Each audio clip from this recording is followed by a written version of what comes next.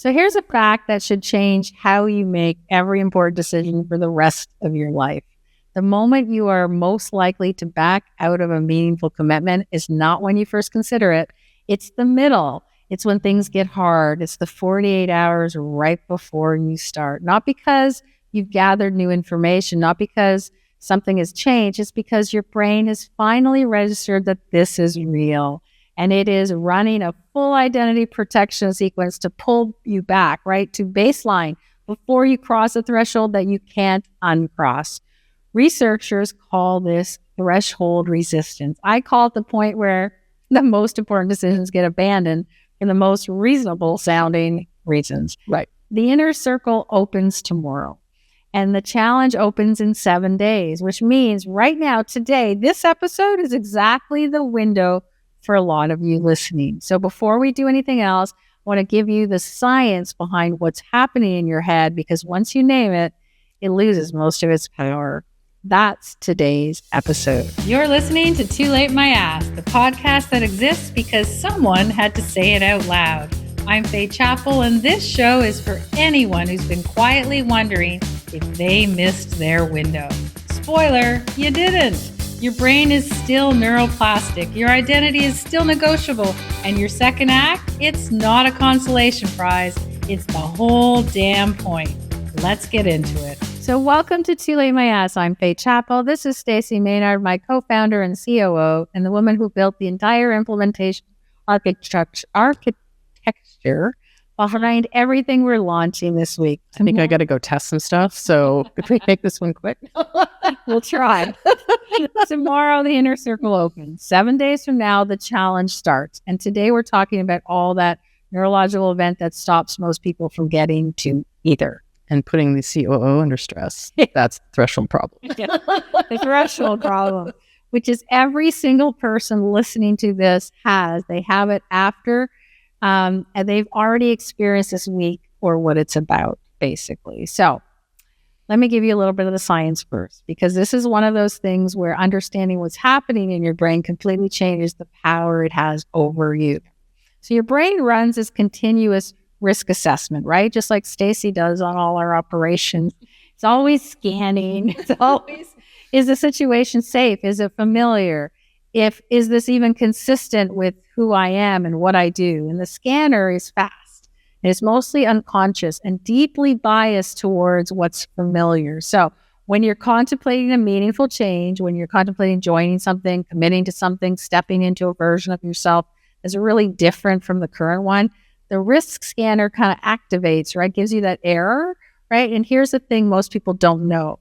It activates hardest not when you first consider the change. It activates hardest right before you actually commit to it. And that's what researchers call that whole threshold resistance. The closer you get to an irreversible commitment, a point of no return, the more intensely the brain's system tries to pull you back. Right? It's not irrational. From a survival standpoint, it makes complete sense, right? Change is risky. Unknown is risky. The brain prefers familiar discomfort that it already knows how to manage. So basically, the feeling of maybe I should wait is actually a signal that you're close. Right. That is true. Because the intensity of that pull to retreat is really proportional to the significance of the commitment, right? So if you feel nothing, you're probably not doing anything that matters. If you feel calm, reasonable case for waiting, right? That's your brain measuring the magnitude of the change, and it's responding accordingly. So that calm, that reasonable voice is not wisdom. It's that resistance dressed up basically in a suit. So, the suit. The suit. Good looking suit. Yeah, for sure. So here's what makes this kind of effective. Threshold resistance never shows up as I'm scared. If it did, you'd recognize it and push through. It shows up as logic. It shows up as responsibility, as wisdom you suddenly have access to, right, when you need to. So these are the three the disguises, I like to call them, right? These, and I've seen all three. Number one, the timing isn't quite right. Ah, yes. I love that one. That one's my favorite. I have a lot going on this month. I'll do it properly when things settle down. That's the practical. It's all of them. All of them. And they sound responsible, right? But they're not. Things do not settle down. Timing is never neutral. The practical objection is really the brain that's generating that administrative cover for somebody to be able to retreat, right? Yeah. Then there's another one that says, I want to think about it a little more. Oh, yeah, I think I've heard that one too. Yeah. I'm going to look at it further. Let me make sure I understand what's involved, right? And you've been thinking about it for weeks already. And then that sudden need for information is not due diligence. It's just delay. It's delay, right? And the other one is the most sophisticated one. This is the one that I love. I don't want to commit to something that I can't follow through on. Oh my gosh, I literally have heard all of these. I want to make sure that I'm ready before I start. That's my favorite. Yeah. Or I'm doing this for myself, not against myself. So that really, it's a disguise, right? It sounds like self-awareness, but it's not. It's the brain using language of care to really execute, avoidance, basically. Okay, that's a hard one. All three, I've heard all of those quotes and excuses I've heard. But you know what? I think the third one is the one I see most of the people who never start. Yep. Right? They've built such a compelling story as to why they're being responsible that they can't even see the retreat inside of it. Yeah, and they've been telling themselves that same story for years, right? Which is why they're still telling it. Yep. So there's a technique from decision neuroscience that I want to give you today because it's genuinely useful, and I don't hear it talked about enough in reinvention spaces, and it's called pre-mortem. Love that. And it flips the brain's risk resistance really on its head. So normally when you're making a decision, we imagine the failure scenario, right? We think about what could go wrong, and that activates that retreat pull, right? Mm-hmm. The pre-mortem doesn't ask what could go wrong. It asks, it's 6 months from now and I didn't do this. Right. What does this look like? No, not in an abstract way, specifically. What are you still waiting for? What excuses are you still using? What does the version of you look like who retreated at that threshold again, right? So the brain responds much more powerfully to specific future regret than to abstract future regret. So when you make the I didn't do this scenario vivid and concrete, that risk calculation, it shifts. And suddenly the retreat option doesn't look so safe. It looks like more of the same. So it's basically asking your brain to do the risk assessment on the safe option instead of the scary one. Yeah, exactly, right? Because the safe option has a cost to it. We just never account for it, right? Try it now. It's 6 months from today. You did not do the challenge. You did not join the inner circle. What are you still stuck on? What's the thing that still hasn't changed? I want you to be very, very specific and make it real. Now compare that version of you who did the 21 days, who showed up for the masterclasses, who walked out of that implementation lab with the thing on her list finally done. Which version has a higher cost? All right. Can I just add something practical? Of course. Please do. So, watched a lot of launches in our day, right? Mm-hmm. And running a lot of the back end on this one. Yeah. The highest dropout window is not during the thing. No, it's not. Everyone does the 21 days and other challenges and stuff that we run. But it's the 48 hours before the commitment point. Yeah. People register for the challenge with 2 weeks to go, let's just say, right? They are more likely to show up on day one than people who registered 48 hours before. Interesting.